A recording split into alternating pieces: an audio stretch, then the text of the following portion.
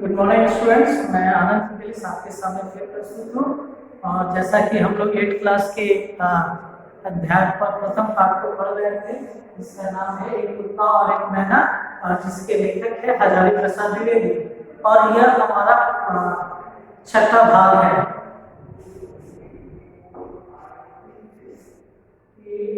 छठा भाग है जिसमें हम लोग इस पाठ के आधार पर जितने सारे प्रश्न हैं उनको हम लोग हल करेंगे और अच्छे तरीके से जानने की कोशिश करेंगे।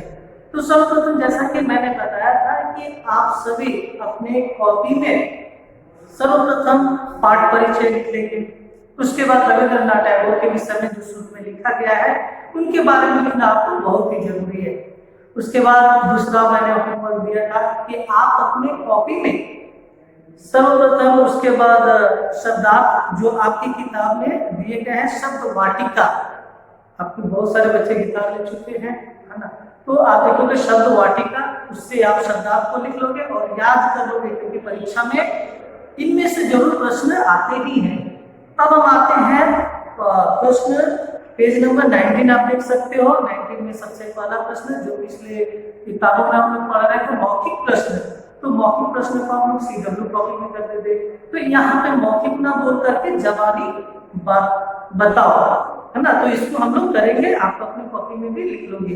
तो सबसे पहले हम आएंगे जवानी बताओ।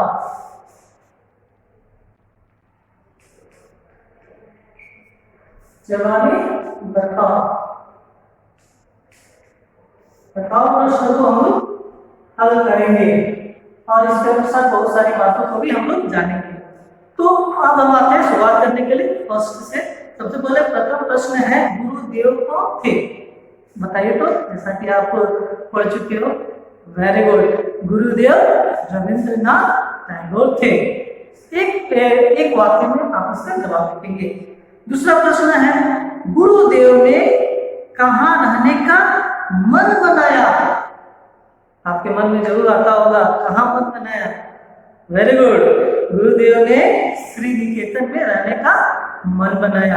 क्योंकि मालूम भी होना चाहिए, क्योंकि वो शांति निकेतन से में रहते घूम गए थे, बहुत सारे लोग आ जाते थे भेंट मुलाकात करने के लिए, इसलिए उनको कहाँ मन हुआ उनको रहने के लिए? श्री निकेतन। Very good. तीसरा प्रश्न, उन दिनों गुरुदेव के स्वास्थ्य की क्या स्थिति थी? तो वो बहुत अच्छी नहीं थी, बूढ़े हो चुके थे, कमजोर हो चुके थे, इसलिए उनकी स्वास्थ्य की स्थिति अच्छी नहीं थी। चौथा प्रश्न, गुरुदेव ने लेखक के किस शब्द को पकड़ लिया था? बताइए तो। वेरी गुड, कौन सा शब्द? दर्शन शब्द।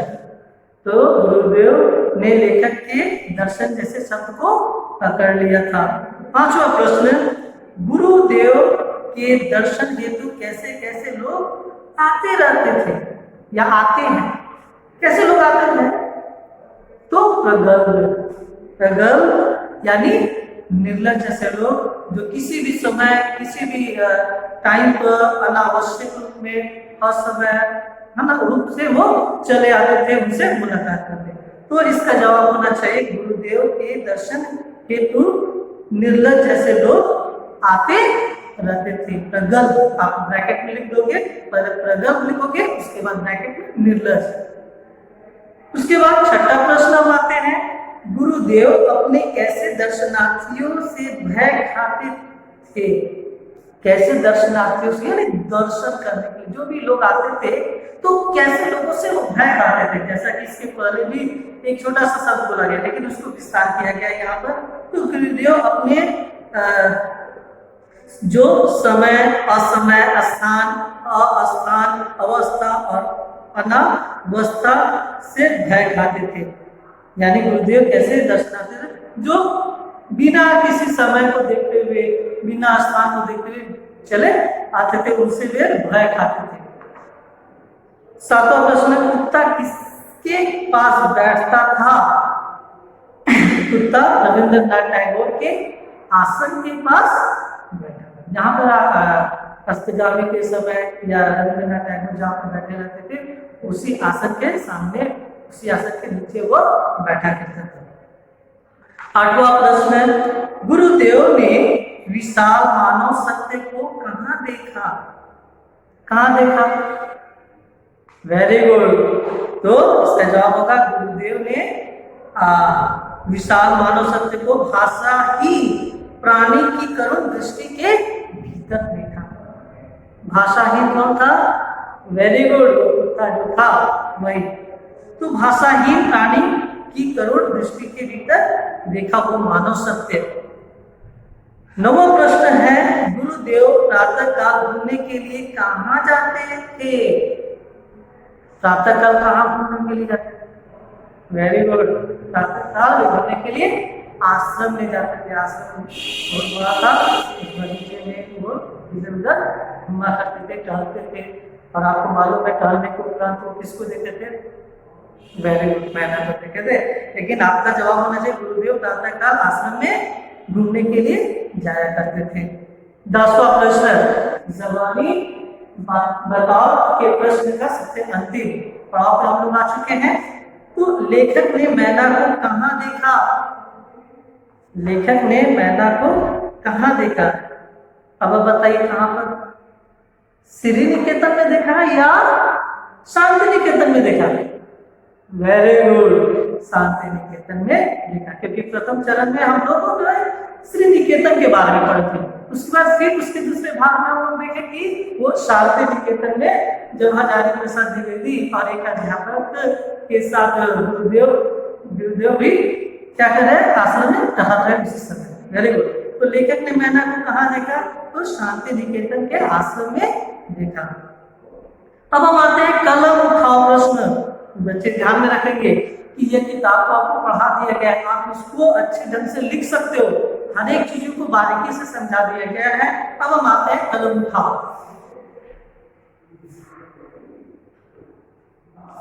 कलम उठाओ।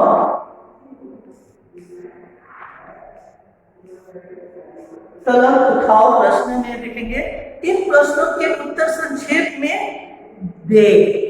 यानी ज्यादा बड़ा नहीं, पहले जवानी बातों में हम लोगों ने एक वाक्य में लिखे थे, अभी संक्षेप रूप में हम इसका जवाब लिखेंगे। तो हर एक जवाब को मैं बहुत ही बारीकी से समझाऊंगा, आप उसी तरह आप लिख लोगे।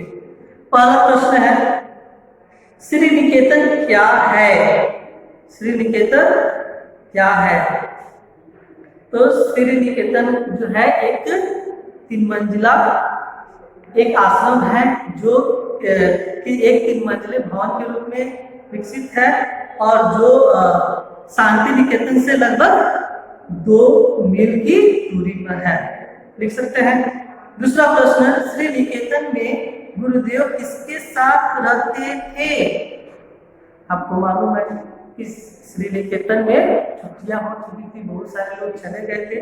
तो आप लिख सकते हो श्री निकेतन में गुरुदेव आश्रम में अकेले रहा करते थे, क्योंकि उस समय छुट्टियां थी और सारे लोग चले गए थे, इसलिए वो अकेले रहा करते थे। तीसरा प्रश्न, कुत्ते को देखकर गुरुदेव को आश्चर्य क्यों हुआ? क्यों आश्चर्य हुआ? कि 2 मील की दूर रहने के पश्चात भी यह मुझे ढूंढते हुए आ गया था। यानी कुत्ते को देखकर गुरुदेव को आश्चर्य क्यों हुआ? कुत्ते को देखकर गुरुदेव का आश्चर्य इसलिए हुआ क्योंकि ये 2 मील की दूर रहने के पश्चात भी यह मुझे ढूंढते हुए वहां तक आ गया था, गुरुदेव से मिलने के लिए आ गया था।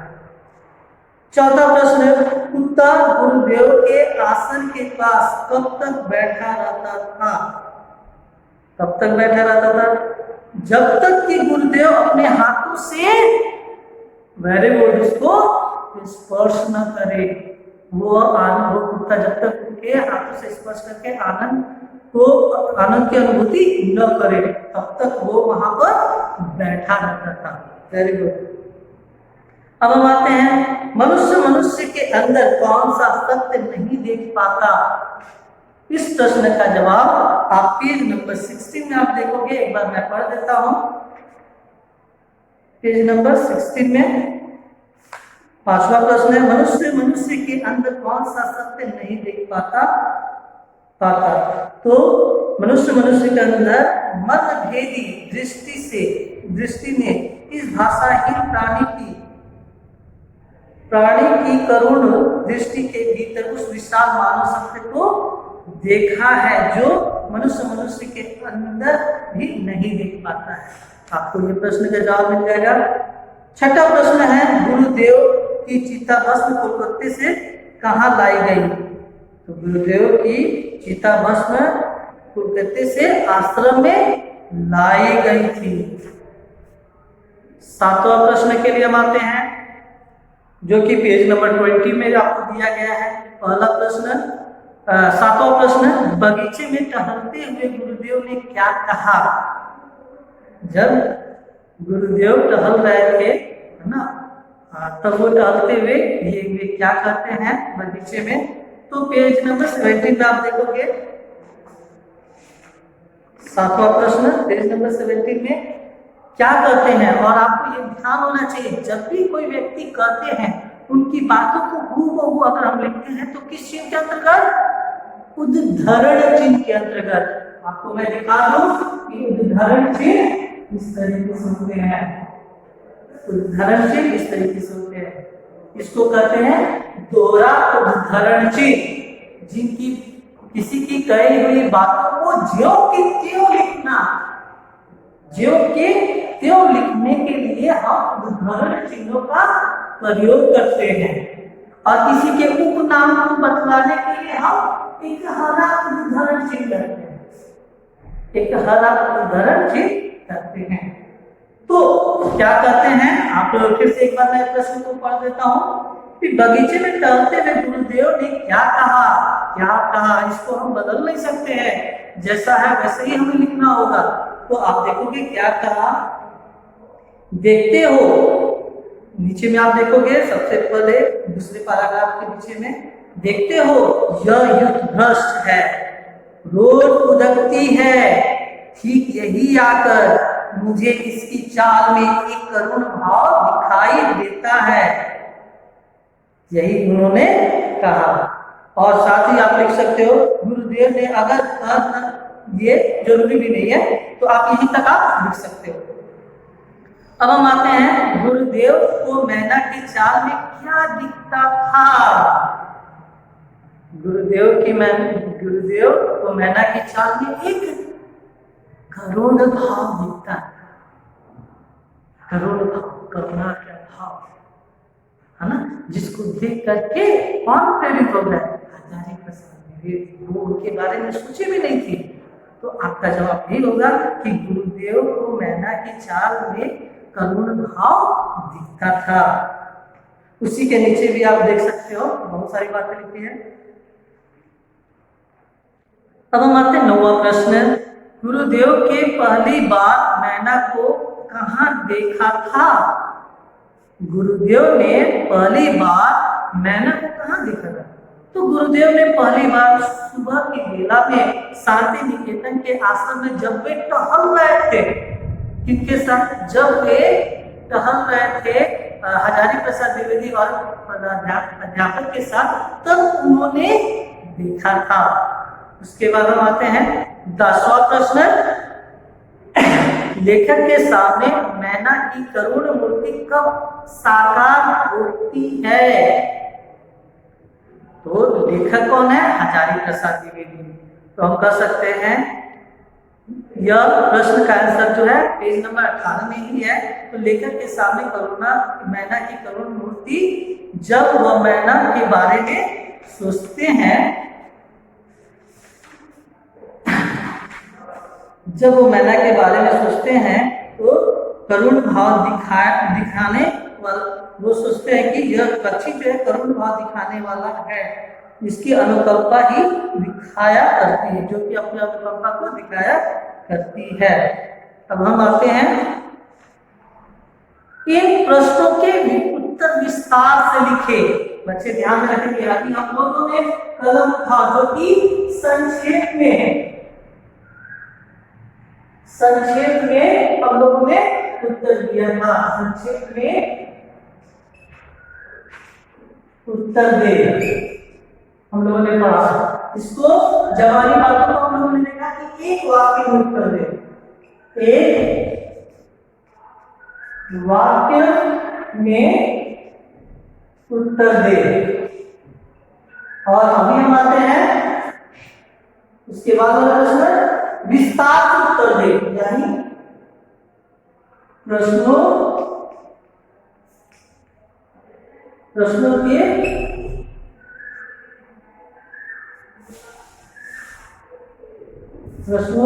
उत्तर विस्तार से दे।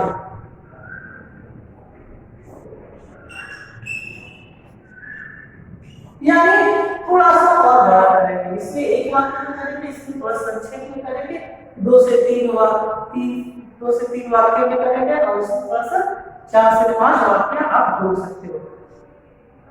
तो पहला प्रश्न है, गुरुदेव कुत्ते की स्वामी भक्ति का वर्णन किस तरह करते हैं? आप लिख सकते हो, किताब में भी दिया हुआ है किस प्रकार उसकी स्वामी भक्ति करते हैं। कुत्ता आता है, उनके पास रहता है और कैसे उनको अचंभा लगता है कि वो अपने 2 मील दूरी तय करके हमें बोला भी नहीं, फिर भी वो आ करके हमारे आसन के पास बैठ जाता है और उसको सहलाते हैं। तो किस प्रकार कुत्ते की स्वामी भक्ति का वर्णन आपको बता देना है कि वो उनके स्पर्श के लिए व्याकुल रहता था, वो चाह रहा था कि उनके स्पर्श से वो आनंद का अनुभव करे। लिख सकते हैं, किताब से भी आप उसको अपने से भी लिख सकते हैं।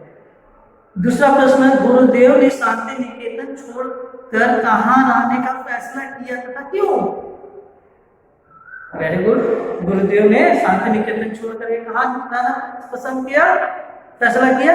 श्रीनिकेतन। क्यों? क्योंकि कारण यही था कि वहां पे प्रगल्भ यानी निर्लज लोग आ जाते थे, समय असमय, आवश्यक अनावश्यक। आप देख सकते हो, इस सबसे पहले भाग में ही हम लोगों ने पढ़ा था। और तो फैसला किया, क्यों? और साथ ही साथ उनका स्वास्थ्य खराब हो चुका था, उनके स्वास्थ्य में कमी, अस्वस्थ होना शुरू हो गए थे। वो चाहते थे कि एकांत में रहे। ओके, वेरी गुड, इसको भी आप लिख लेंगे।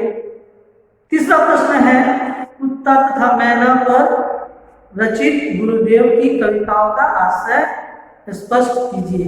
तो थोड़ा सा कुत्ता और मैना के जो शब्द दिए गए हैं उस आशय को आपको लिख देना है। भावार्थ, चौथा में आते हैं भावार्थ। जब मैं इस मुख हृदय का प्राणपण आत्मनिवेदन देखता हूँ जिसमें वो अपनी वीरता दिखाता रहता है, तब मैं सोच नहीं सकता कि उसने अपने सहज बोध के मानव स्वरूप में कौन सा अमूल्य आविष्कार किया है। इस भावार्थ को अपने वाक्य में लिखना है कि कैसा आप समझते हो, कैसा सोचते हो कि जब मैं इस मुखहीन यानी जो बोल नहीं सकता है इस प्राणी को मैं देखता हूँ तो मेरा दिल जो है पिघल जाता है और मुझे बहुत सी दया आ जाती है और मैं सोचता हूँ कि यह कैसा प्राणी है जो बिना बोले हुए अब मानव से भी बिल्कुल बढ़कर है। जिस तरह मानव किसी की बातों को सुनता है, उसी तरह यह बिना मुख का जो कुत्ता है वो हमारी भावनाओं को चाहते हुए भी हमारे पास आ जाता है। यह बहुत ही ईश्वर का बनाया हुआ एक अमूल्य आविष्कार है, लिख सकते हो। उसके बाद हम आते हैं, निम्नलिखित शब्दों के अर्थ बताते हुए उनसे वाक्य बनाइए। बहुत ही आसान प्रश्न है। आप देखोगे, स्तब्ध यानी डिस्चेस्ट, उससे वाक्य बनाना है। वाक्य आप 2, 3, 4, 5, 6 तक आप 7 तक आप बनाते हो। छोटा छोटा वाक्य बनाना है कि किताब में हो जाए। प्रगल्भ यानी चतुर, क्षीण वायु यानी प्राण निकलना, अस्तगामी यानी छिपा हुआ सूरज है जब अस्त होता है। अब हम आते हैं, इसके बाद वाले प्रश्न में हम लोग भाषा ज्ञान देखेंगे। तब तक बच्चों के आज के लिए इतना ही। आप इसे ध्यान देंगे, इस चैनल को सब्सक्राइब करके अपने दोस्तों को शेयर करेंगे और फिर हम लोग 7वें भाग में भाषा ज्ञान पढ़ेंगे। तब तक के लिए धन्यवाद।